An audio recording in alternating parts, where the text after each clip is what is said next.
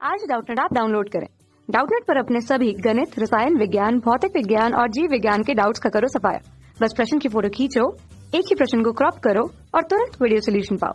अभी डाउनलोड करें। नमस्कार दोस्तों, हमारा प्रश्न है कि बताइए कि निम्नलिखित तत्वों में कौन कौन सामान्य तत्व और कौन कौन संक्रमण तत्व यहाँ पर उपस्थित है।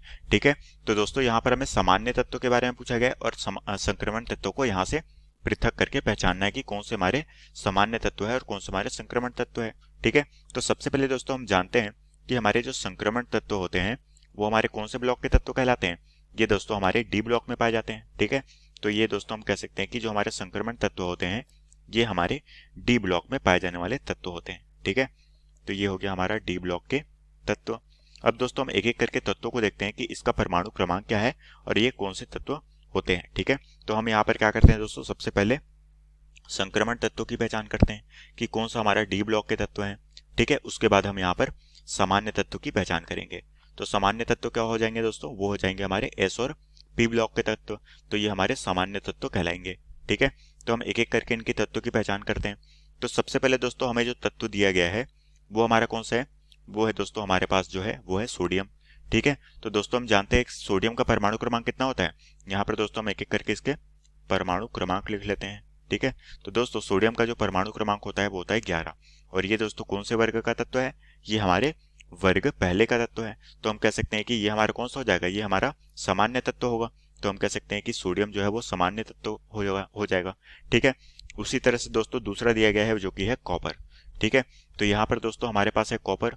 तो दोस्तों हम जानते हैं कि कॉपर का परमाणु क्रमांक कितना होता है, वो होता है दोस्तों 29। ठीक है, और ये दोस्तों वर्ग 11 समूह का तत्व होता है जो कि हमारा क्या अंश है दोस्तों, ये हमारे संक्रमण तत्व में आते हैं। तो हम यहाँ पर इसे संक्रमण तत्व में लिख लेंगे। ठीक है, उसी तरह से दोस्तों हमें तीसरा दिया गया है वो है सल्फर। ठीक है, तो दोस्तों हमारा सल्फर जो होता है इसका परमाणु क्रमांक कितना होता है, ये होता है दोस्तों 16 और ये कौन से वर्ग का तत्व है, ये दोस्तों वर्ग 16 समूह का तत्व है जो कि हमारे पी ब्लॉक में आती है। तो हम कह सकते हैं कि ये हमारा सामान्य तत्व है। तो ये हो जाएगा दोस्तों हमारे पास जो कि सामान्य तत्व में आ जाएगा सल्फर। ठीक है, अब दोस्तों हमारा चौथा कौन सा है, वो है Fe। ठीक है, तो दोस्तों ये जो Fe है इसे हम किस नाम से जानते हैं, ये होता है हमारा सेलेनियम। ठीक है, और इसका परमाणु क्रमांक होता है दोस्तों 34 और ये हमारे वर्ग 16 से आता है। तो ये हमारे कौन सा हो गया, पी ब्लॉक का हो गया जो कि हमारे सामान्य तत्व में आएगा। तो ये भी दोस्तों हमारा सामान्य तत्व है। ठीक है, उसके बाद है दोस्तों हमारा लोहा जिसे हम कहते हैं Fe। ठीक है, तो Fe दोस्तों हमारा जो है वो कौन सा होता है, ये हमारा संक्रमण तत्व होता है क्योंकि इसका परमाणु क्रमांक कितना होता है, ये होता है दोस्तों इसका परमाणु क्रमांक 26 और ये हमारे संक्रमण तत्व में आता है। ठीक है, तो हमने यहाँ पर संक्रमण तत्व में लिख लिया। उसी तरह से दोस्तों यहाँ पर है हमारे पास क्रोमियम। ठीक है, तो दोस्तों क्रोमियम का परमाणु क्रमांक कितना होता है, वो होता है दोस्तों 24 और ये भी हमारा एक संक्रमण तत्व होता है। ठीक है, उसके बाद है दोस्तों हमारे पास जो सातवां तत्व है वो है हमारे पास Sb और इसका नाम क्या होता है दोस्तों, इसे हम एंटीमनी के तौर पे जानते हैं और इसका परमाणु क्रमांक होता है 51। ठीक है, और ये दोस्तों हमारा पी ब्लॉक का तत्व है जो कि हमारे सामान्य तत्व कहलाएंगे। तो ये हो जाएगा दोस्तों हमारा सामान्य तत्व में आ जाएगा Sb। अब दोस्तों आखिरी का तत्व है कौन सा, वो है हमारा कोबाल्ट।